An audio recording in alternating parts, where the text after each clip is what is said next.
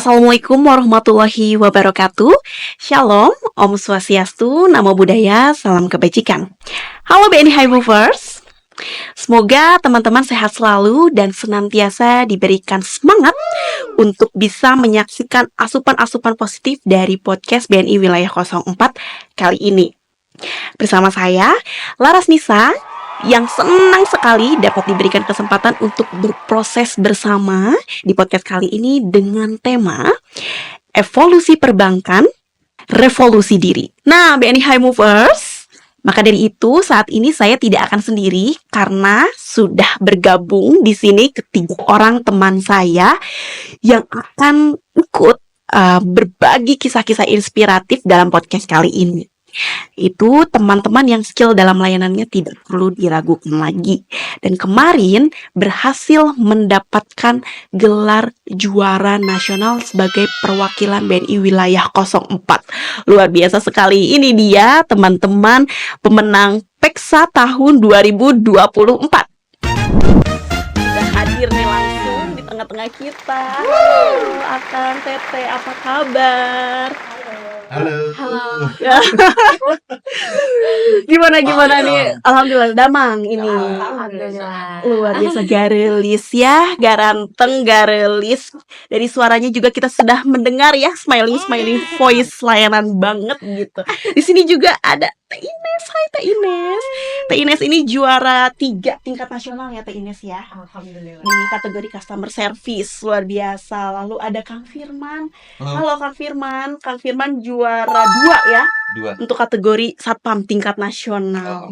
Luar biasa, keren banget ini. Dan terakhir, hai Teh Gina, yang paling imut-imut. Teh Gina gimana kabarnya? Baik, alhamdulillah. Luar biasa, Teh Gina ini juara 3 ya, kategori teller tingkat nasional. Wah, gimana nih Teh? Fansnya ada yang bertambah? Luar biasa, fansnya mungkin followersnya bertambah. Teh Ines gimana nih? Ini kalau yang bertambah pastinya yang muda. Yang muda. Masih pada muda kok ini. Gimana nih kalau tadi aku lihat videonya, terus juga pas hari H mendengar kalau wilayah 4 ini dapat juara, disabet nih 3-tiganya sama Akang Teteh, kayak feeling aku tuh kayak ya ampun seneng banget gitu ya. Ini aku gak ikut ke Jakarta, nonton di rumah aja, feel-nya bener-bener kerasa gitu. Nah ini gimana nih kalau dari Akang Teteh sendiri yang mengalami prosesnya, yang juga merasakan atmosfernya. Nah, perasaannya gimana nih setelah mendengar bahwa namanya disebut sebagai juara? Boleh dari Teh Ines dulu. Kalau buat aku deg-degan banget ya. Oke. Kan peserta yang datang di Jakarta itu kan versi-versi terbaiknya insan BNI. Luar biasa. Kumpul semuanya.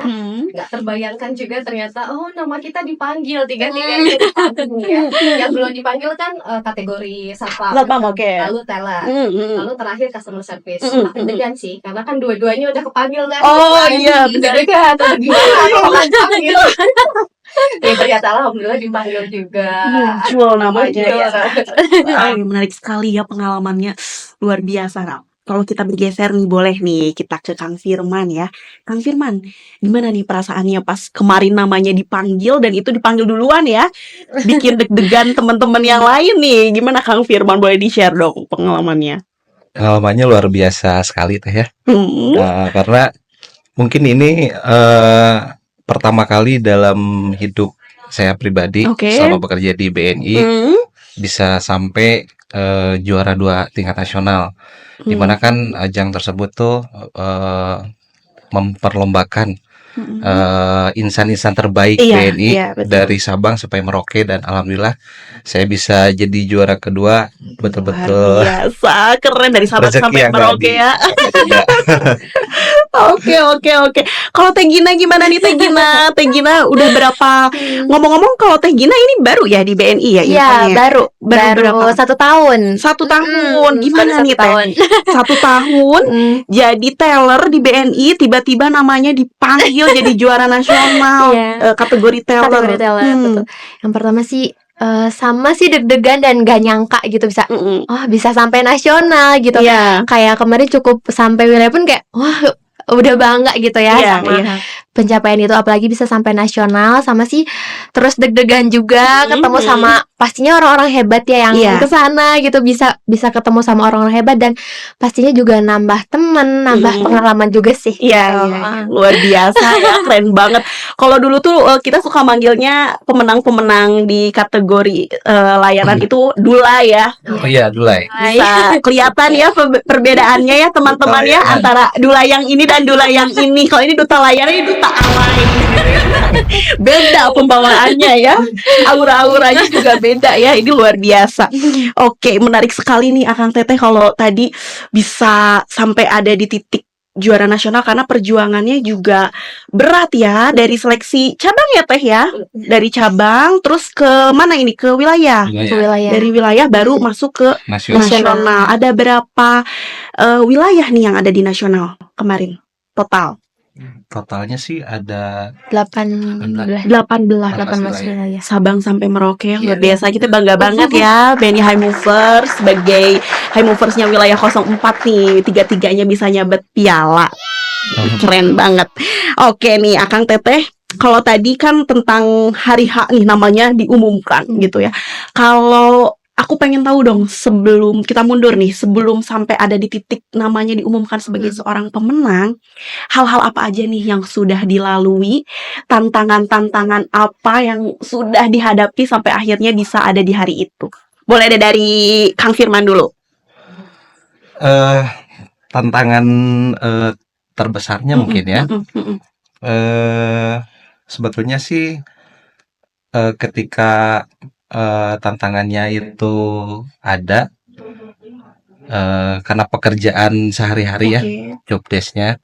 Terus jadi ketika memang itu dilombakan, otomatis sih udah secara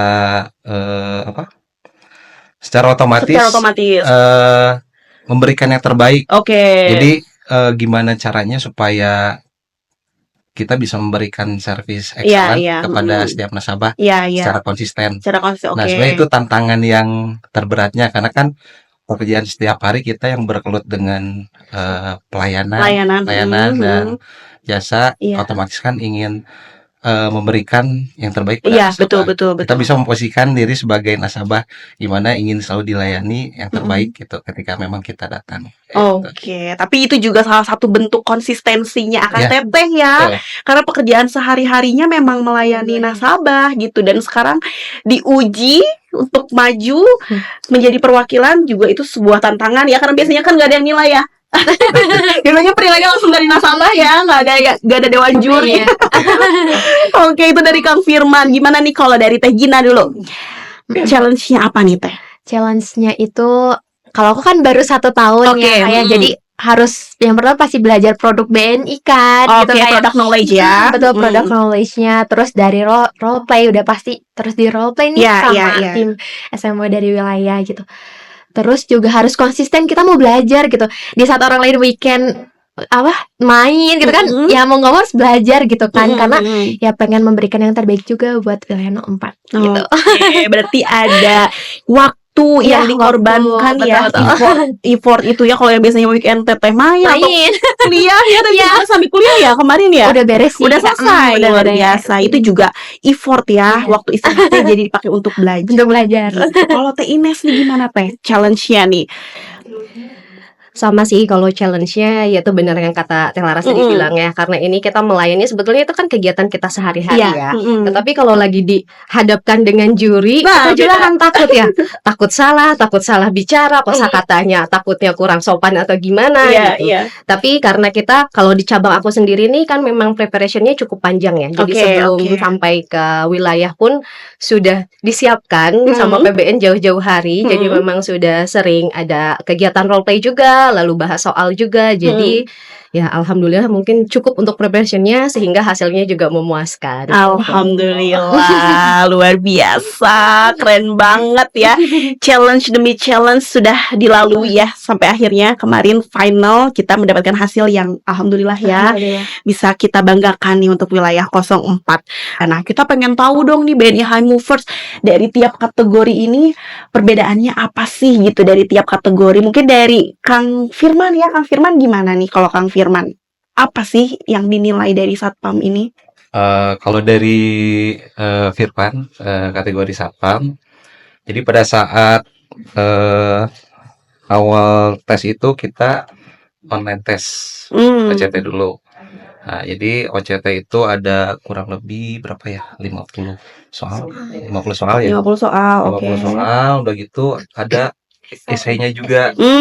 Esainya juga. Nah, kalau Firman pribadi sih terkait yang esainya agak lumayan mikir juga gitu kan. Gimana gitu kan cara ngerangkum supaya ini dapat jawabannya yang bagus. Bahkan di antara peserta yang lain tuh semuanya cepat gitu kan. Iya. Mas Firman kan belum sampai ke tahapan itu kan. Iya. Kita juga tahu ya. Satu ruangan kan. Satu ruangan ya. Pak Firman terus gitu. Orang lain udah beres sampai kita nungguin Pak Firman. Ada waktu kan, ya. Waktunya masih ada kan. Maksimalkan ya. Nah, jadi Firman sih lebih ngerasanya pengen maksimal gitu ya.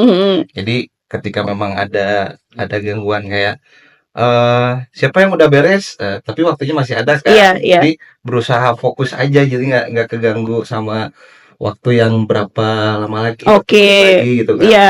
Akhirnya beres, sudah selesai, udah gitu kita semua diarahkan lagi ke ruang ruang tunggu yang berikutnya.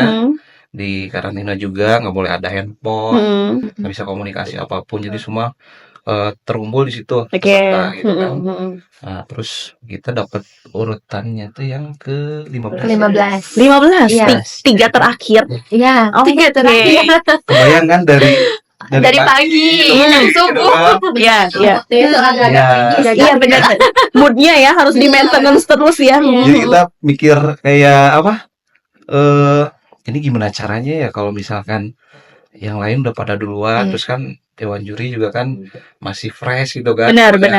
Kan. Jadi pas kita nyampe 3 terakhir, lu gimana kabarnya gitu kan? Nyampe jam berapa? Tapi ya alhamdulillah sih ya, karena yakin aja gitu sama kemampuan diri sendiri, sama ya berdoa juga gitu kan. Jadi pas begitu masuk ke sesi roleplay untuk kategori Satpam, alhamdulillah berjalan lancar. Kurang lebih sih ada 5 skenario kalau 5 skenario ya. Kalau biasanya di Elvis kita cuma 1 ya Kang ya. Ini 5. Termasuk dengan distraknya juga gitu. Oh, ada distraknya juga, distraksinya. Oke. Terus yang terakhirnya itu Satpam ada tes fisik. Oh, iya. Nah, jadi tes fisiknya itu ke push up. Ada yang push up, ada yang sit up. Kebanyakan yang push up. Jadi dalam 1 menit itu dihitung banyaknya berapa kali. Nah, sih kemarin dapat push up-nya itu 1 menit itu 65. Luar biasa, 1 menit aja 60 detik. Berarti ada yang sedetik itu beberapa kali ya. 60. Keren banget kelihatan sih Kang. Proporsional ya dari badannya. Ini. Tapi alhamdulillah sih, jadi ketika memang di wilayah aja kan nggak nyampe gitu kan. 60 gitu kan. Jadi pas begitu mikir banget, wilayah lain aja ada yang sampai 70 katanya. Bahkan 72. Ada kan mikir juga gitu kan, dia pasti punya strateginya gitu kan.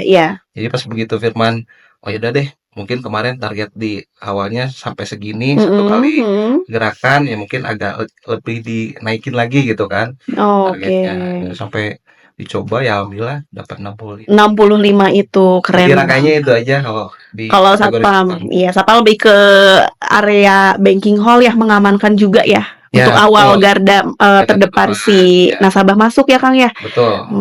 Kalau dari Kang Firman di pintu masuk. Di pintu masuk. Iya. Jadi Kang Firman tuh memaksimalkan waktu ya Kang ya, memanfaatkan waktu yang ada dan juga bisa menyusun strategi di menit-menit sebelum ini ya fisik ya. Keren. Jadi memang teman-teman di sini punya strateginya masing-masing ya. Oke. Next kalau gitu aku pengen tahu dong nih kalau misalkan di kategori teller gimana nih Teh? Kalau dari teller itu ada 3 skenario, Kak. Oke, 3. Yang pertama itu kiriman uang, tapi debit rekening. Ya, pemindahan. Betul, pemindahan. Tapi kan itu kalau nggak salah di bawah 100. Jadi masih bisa lewat mobile banking sih. Oke. Jadi kita juga di situ kan harus transformasi digital ya. Iya. Transaksinya. Selain itu juga kita harus menawarkan produk yang relevan sama nasabahnya. Gitu. Nah, itu tuh waktunya sebentar banget gitu kayak cukup gak ya?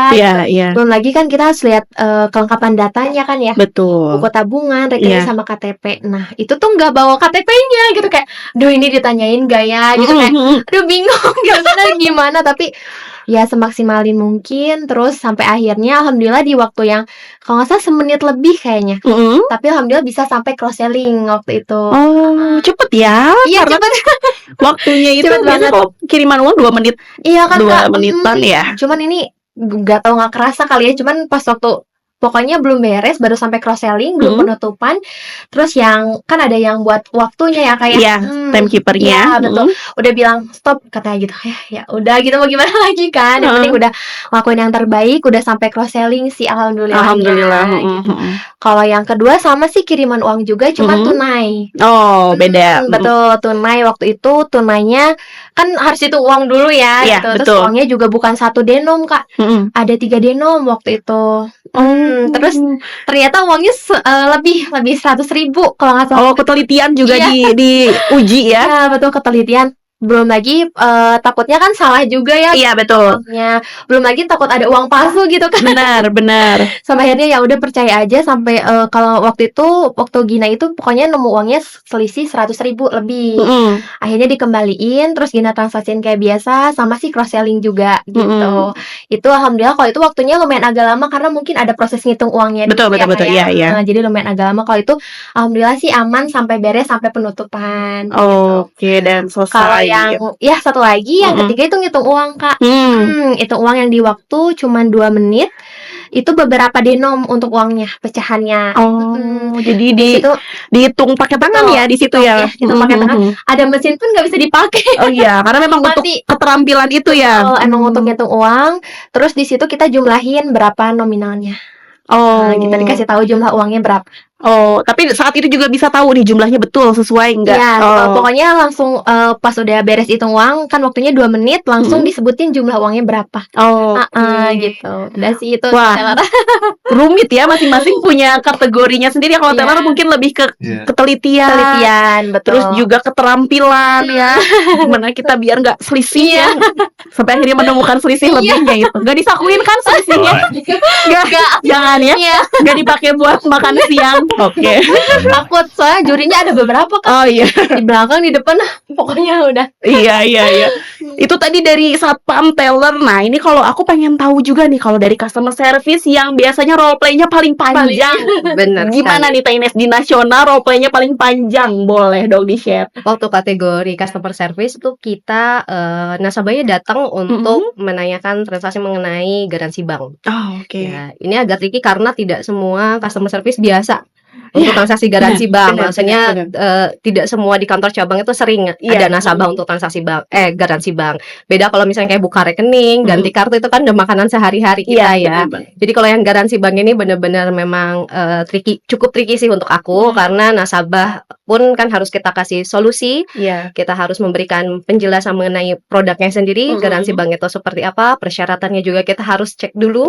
Waktu itu mulai dari kelengkapan yang dia bawa, lalu karena kita juga kan udah shifting to digital. Jadi kalau untuk transaksi garansi bank selain di customer service kita juga memberikan solusi digitalnya. Salah satunya kita kan sudah ada platform digitalnya GB online ya. Jadi nasabah juga udah bisa apply lewat situ gitu. Nah, nasabahnya pun memang backgroundnya ini pengusaha. Jadi kita menggali kalau nasabah pengusaha kita bisa menawarkan beberapa produk yang memang relevan sama kebutuhannya. Kalau di customer service ada distraksinya sih kemarin Oh, apa itu distraksinya? Biasa nasabah ini mobile bankingnya rusak, tapi dia nyele antrian gitu. Oh, ya. Nah itu gimana tuh menyikapinya tuh? Nah itu kita kan karena kita lagi menghadapi nasabah yang kita sedang transaksikan, otomatis kita pertama harus minta maaf dulu ke nasabah yang di depan kita untuk berkomunikasi dulu dengan nasabah yang nyele antrian itu ya. Nah, akhirnya tapi dia menunggu, tapi sesudah nasabah yang pertama selesai udah pergi, kayaknya udah dibangun tuh mungkin sama satpam ya.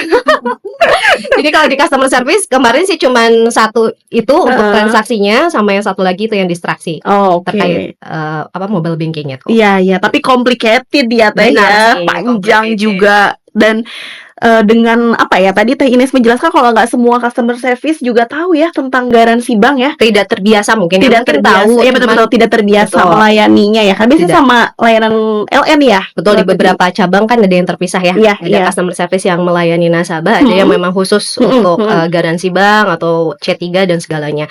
Nah gitu, jadi mungkin ada beberapa peserta customer service itu nggak biasa, betul tidak terbiasa. Cukup tricky lah kemarin itu. Keren banget ya. Tapi walaupun tidak terbiasa Teh Ines ini bisa menghadapi skenario itu ya.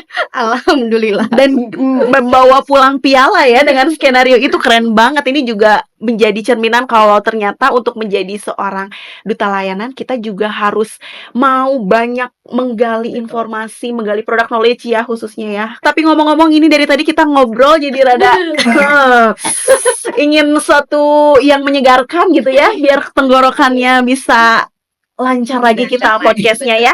Kita panggilin dulu ya Ce Ijah. Boleh Ce Ijah? Halo, ini mah beda Ce Ijahnya juga diimpor ya. Lihat benih. Ini Ce Ijahnya benih. Ce Ijahnya spek duta layanan. Wah. Terima kasih Oce.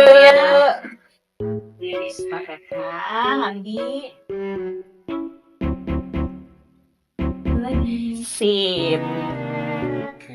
Makasih, Ce. Wah, minum dulu.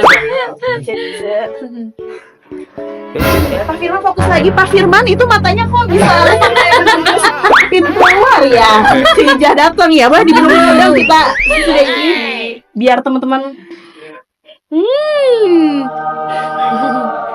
Ini adalah rasa-rasa teh yang dibikin oleh Ce Ijah. Luar biasa. Beda ya rasanya ya. Ce Ijah impor ini ya luar biasa. Movers kalau tadi kita simak mungkin kita bisa tahu ya kalau untuk menjadi seorang akang teteh yang ada di sini tentunya bukan cuma sekedar layanan aja ya Teh, tapi ada kreativitas yang dimunculkan di waktu-waktu kepepet kayak tadi ya Teh ya. Kayak ada momen nasabah komplain, ada momen antrian penuh, ada yang marah, distraksi. Nah, ini gimana sih mensiasatinya, dan akang teteh di sini tuh berhasil gitu mensiasati itu dan membentuk jadi kebiasaan ya. Sampai akhirnya waktu role play itu udah ini udah hal yang biasa dilakukan gitu. Keren banget ini. Nah, ini kan kalau misalkan high movers yang di rumah pasti kan ada juga nih Teh yang pengen, aku juga pengen dong nanti jadi perwakilan gitu, mau ikut juga nih Peksa di tahun depan atau tahun kapan nih, tahun kedepannya lagi nih. Ada nggak sih pesan yang mau disampaikan buat teman-teman high movers yang lagi mempersiapkan diri nih, misalkan tahun depan aku mau ikut nih, boleh dong mungkin dari Teh Gina nih. Teh Gina kan dari Bina BNI ya Teh ya. Iya, dari Bina setahun BNI. Terus Teteh juga berhasil nih masuk nasional. Nah, gimana nih Teh, ada pesan-pesannya nggak nih buat motivasi teman-teman yang mau ikut nih, apalagi yang baru masuk BNI? Yang pasti itu sih dari kerja kita harus tulus dulu ya Teh ya. Gitu. Karena kalau udah tulus, kita ikhlas mau kerja secapek apapun, kalau kita nyetus ya udah gitu. Karena Allah juga gitu kan, biar jadi pahala juga gitu. Benar.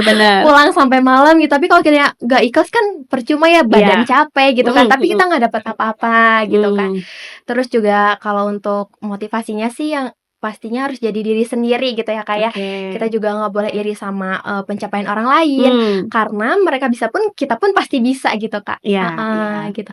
Terus juga aku punya quotes nih Kak dari boleh dong dari B.J. Habibie ya Kak. Apa tuh? Katanya gini, keberhasilan itu bukanlah milik orang pintar, tapi melainkan milik mereka yang senantiasa berusaha. Jadi berusaha terus sampai semuanya bisa tercapai. Wih, keren. Well, paket lengkap ya tuh buat teman-teman high movers yang mau gabung ya Teh ya. Kita fokus ya Teh ya, gimana untuk mencapai keberhasilan itu kita harus berusaha. Ya, betul, harus berusaha sampai kita bisa dapat ya tercapai gitu. Harus yakin pokoknya. Harus yakin, ada optimis ya di dalam diri ini ya. Keren banget. Oke deh. Nah, kalau misalkan aku mau tahu dari Teh Ines. Nah, Teh Ines gimana nih? Sekarang kan dengan adanya Enwow, terus juga ada New Role, customer service juga bukan hanya melayani tapi juga berperan aktif di unit bisnis ya. Kita juga sebagai garda terdepan harus memasarkan produk. Nah, kalau pandangan Teh Ines nih tentang dunia perbankan ke depannya ini seperti apa sih Teh? Oke, kalau menurut aku gitu ya, kita itu kan sekarang BNI sendiri udah benar-benar masuk ke dunia digitalisasi sekali ya. Apalagi nanti mungkin 5 tahun ke depan, kayaknya udah makin parah banget lah ya untuk persaingan secara bisnis perbankan, secara teknologi pun udah pasti makin maju. Sekarang kita juga di BNI udah banyak banget platform digital.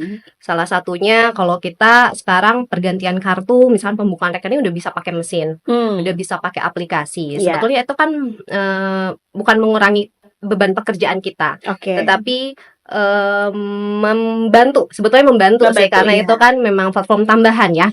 Misalkan untuk mesin sendiri di kantor cabang kita sudah ada, tetapi kan nasabah pun tetap butuh untuk diarahkan. Jadi sebagai tambahan untuk nasabah supaya mengetahui bahwa transaksi itu sekarang tuh nggak harus selalu di CS gitu kan. Maksudnya bisa dengan sendirinya, bisa langsung melakukan experience sendiri gitu. Tapi kalau yang saya lihat sih nanti kedepannya memang pasti akan lebih banyak berinovasi mengenai digital, tapi bukan menghilangkan customer service ya, karena nasabah itu kan manusia ya, tetap butuh interaksi. Interaksi sesama manusia kan beda ya kalau kita berinteraksi dengan mesin gitu. Jadi tetap kalau menurut saya itu kayak inovasi digital itu akan berdampingan lah sama kita gitu. Kita harus berkolaborasi dengan perkembangan digital, tetapi tanpa menghilangkan sense of human-nya gitu. Karena ya sesama manusia masih tetap harus ngobrol, karena beda ya kalau misalkan apalagi ada hal-hal yang tidak bisa diselesaikan di mesin, terkait misalkan ya kayak komplain salah satunya ya, nggak semua bisa diselesaikan dengan mesin, tetap butuh kita gitu loh. Gitu.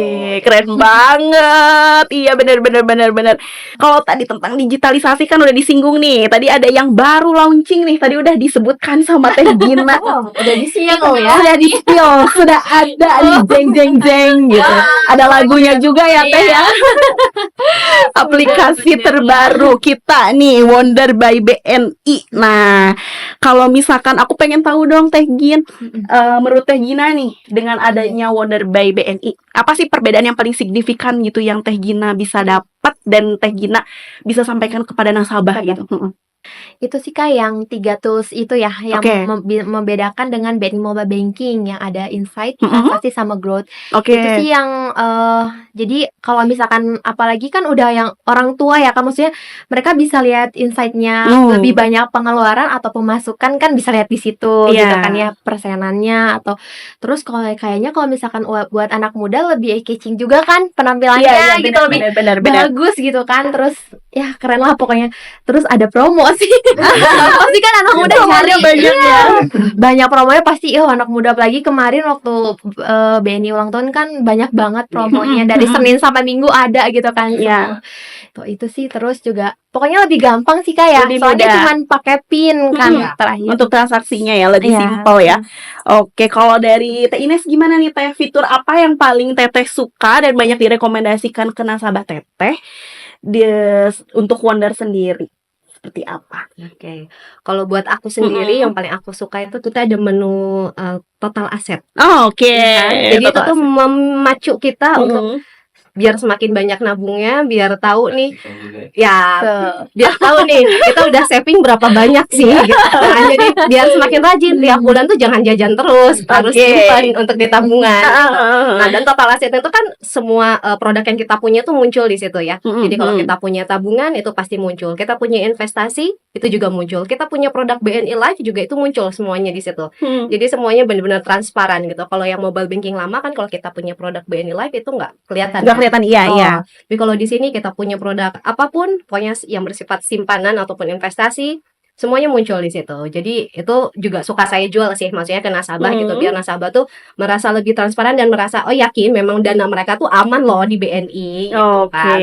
Lalu ya yang kedua juga sama sih, karena penggunaannya simpel banget ya. Kayak misalkan untuk menu transfer mau sesama BNI atau bank lain, mereka menunya cuman maksudnya aplikasi ini tuh cuma satu menu gitu. Menu transfer kan. Jadi nggak terlalu banyak sub menunya gitu. Jadi penggunaannya mudah banget lah. Mudah banget gitu. Cocok ya, jadi wajib diinstal ya buat untuk semua kalangan. Semua kalangan cocok. Oke, itu kan tadi Wonder ya. Terus juga kita kalau sekarang tuh ada yang baru nih, kalau misalkan biasanya ada Digi CS. Sekarang tuh ada Digi CS Lite ya. Nah, itu biasanya yang mengoperasikan pertama sebelum nyampe ke CS dan teller itu dari teman-teman Sapam. Nah, Kang Firman gimana nih tentang Digi CS Lite-nya nih Kang? Reviewnya dong Kang, di-spill dong. Digi CS Lite ya sangat membantu sekali ya Teh ya. Apalagi kan dengan kondisi nasabah mengantri di CS, ketika ada Digi CS itu kita bisa bantu menguraikan antriannya. Jadi seperti kebutuhannya dia bisa buka rekening kan, Digi CS Lite buka rekening, ganti kartu, terus aktivasi kartu debit, itu semua bisa dibantu lewat Digi CS Lite. Jadi memang secara pekerjaan mungkin di satuan pengamanan akan lebih effortnya, nggak seperti biasanya kan mobilisasinya agak sedikit nambah. Tapi buat saya pribadi pada saat bekerja itu jadi waktu itu nggak kerasa. Jadi saking kita sama-sama bergelut dengan nasabah. CS kan bergelut dengan nasabah yang ada di depannya. Terus ya kita juga begitu lihat antrian banyak, satu-satu dieksekusi gitu kan. Meskipun kadang kalau misalkan ada yang nggak berhasil kan tetap masih bisa ada opsi lainnya, tetap dibantu di CS. Jadi di CS lah itu benar-benar ngebantu banget. Ngebantu banget. Oke, wah ini juga nambah nambah ilmu juga buat teman-teman Sapam ya, buat pengoperasiannya, jadi tahu produk knowledge-nya juga nambah ya Kang ya. Betul sekali. Kita sih seneng ya Teh ya kalau misalkan jadi CS ya. Nggak ada yang ngantri, semua antrian udah dibabat sama Kang Firman ya. Teller juga seneng ya kalau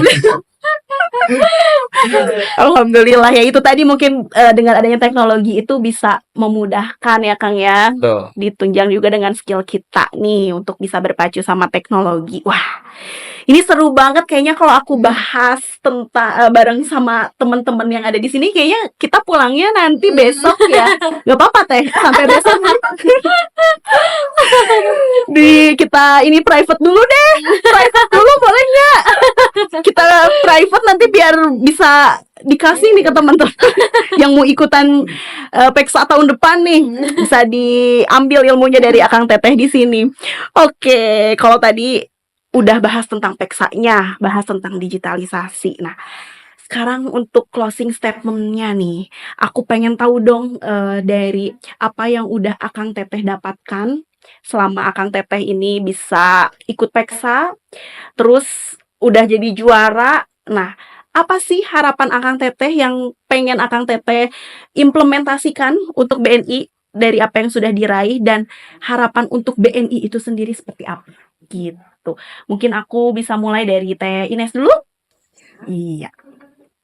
Oke, dengan adanya Peksa yang kemarin yang pengen diimplementasikan, yang pertama tentunya semakin konsisten ya, maksudnya dalam melayani nasabah, konsisten. Kalau standar layanan pasti semuanya sih sudah sama. Cuman memang kalau yang sekarang nih customer service kan kita punya sebetulnya bukan tugas baru ya, dari dulu pun memang kita harus berjualan. Iya, betul. Cuman kalau sekarang tuh memang porsinya kita harus di-push ya. Iya, benar. Di-push memang sebisa mungkin setiap nasabah di BNI itu jangan punya hanya tabungan saja misalkan, tapi semua produk yang ada di BNI itu kalau bisa kita gali aja semuanya gitu. Apapun yang mereka butuhkan bisa diselesaikan, bisa ditransaksikan melalui BNI gitu. Jadi yang mulai saya terapkan dari kemarin Peksa yang kemarin, yang pertama ya akan terus meningkatkan kegiatan-kegiatan yang memang sudah biasa kita lakukan, tapi ditambah dengan kegiatan yang sekarang itu yang memang lebih fokus ke bisnis untuk menggali nasabah juga. Lalu ya mudah-mudahan nanti ke depannya pasti BNI pun akan mengeluarkan ya dari segi teknologi udah pasti semakin cepat berubahnya ya. Jadi ke depannya pasti banyak inovasi-inovasi yang akan dilakukan oleh BNI dan kita harus berkolaborasi dengan hal-hal yang seperti itu gitu. Luar biasa Teh Ines. Ini smiling voice-nya tuh kentara banget ya. Kayaknya nasabah betah aja ya ngelayanin Teh Ines. Jadi makanya kalau antriannya panjang, banyak yang ngantri, jangan-jangan bukan karena transaksinya, karena pengen dilayani sama Teh Ines.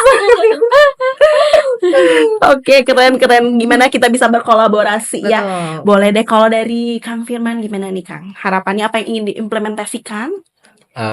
Harapannya sih buat saya pribadi setelah mengikuti ajang kegiatan Peksa, tentunya selain ingin jadi role model juga buat teman-teman di satuan pengamanan, supaya teman-teman satuan pengamanan juga termotivasi bahwa dengan mengikuti ajang kegiatan seperti ini tuh banyak sekali ilmunya, ilmu yang didapatkan gitu kan. Udah ya kita banyak sharing ilmu, tukar pikiran gitu kan, terus kendala di lapangan, transaksi apapun kita bisa sharing. Nah, untuk di ajang kegiatannya sendiri kan selain dapat rewardnya juga, nah itu kan jadi motivasi lebihnya gitu kan, jadi motivasi lebihnya. Terus harapannya untuk kedepannya di BNI, kontribusinya ya semoga satuan pengamanan bisa tetap konsisten aja dalam hal layanan, apalagi dengan di era digitalisasi gini, harus lincah ya, Agile gitu adaptif. kan, harus adaptif, terus berkolaborasi juga kan dengan tim kita. Jadi mana yang berpotensi bisnis kita harus pandai mengarahkan dengan baik gitu kan, kebutuhannya kan Satpam sebagai informasi awal. Jadi begitu kita lihat potensinya nih nasabah, baiknya dengan saving dia yang dia punya misalkan, harus kemana arahnya, kita langsung segera mungkin confirm atau dengan unit terkait gitu kan, mereferalkan. Jadi mungkin dengan cepat bisa dieksekusi gitu. Jadi biar nasabahnya nggak kelain hati gitu. Asik, jangan kelain hati. Jago juga ya kalau kita diam-diam ya tadi ya.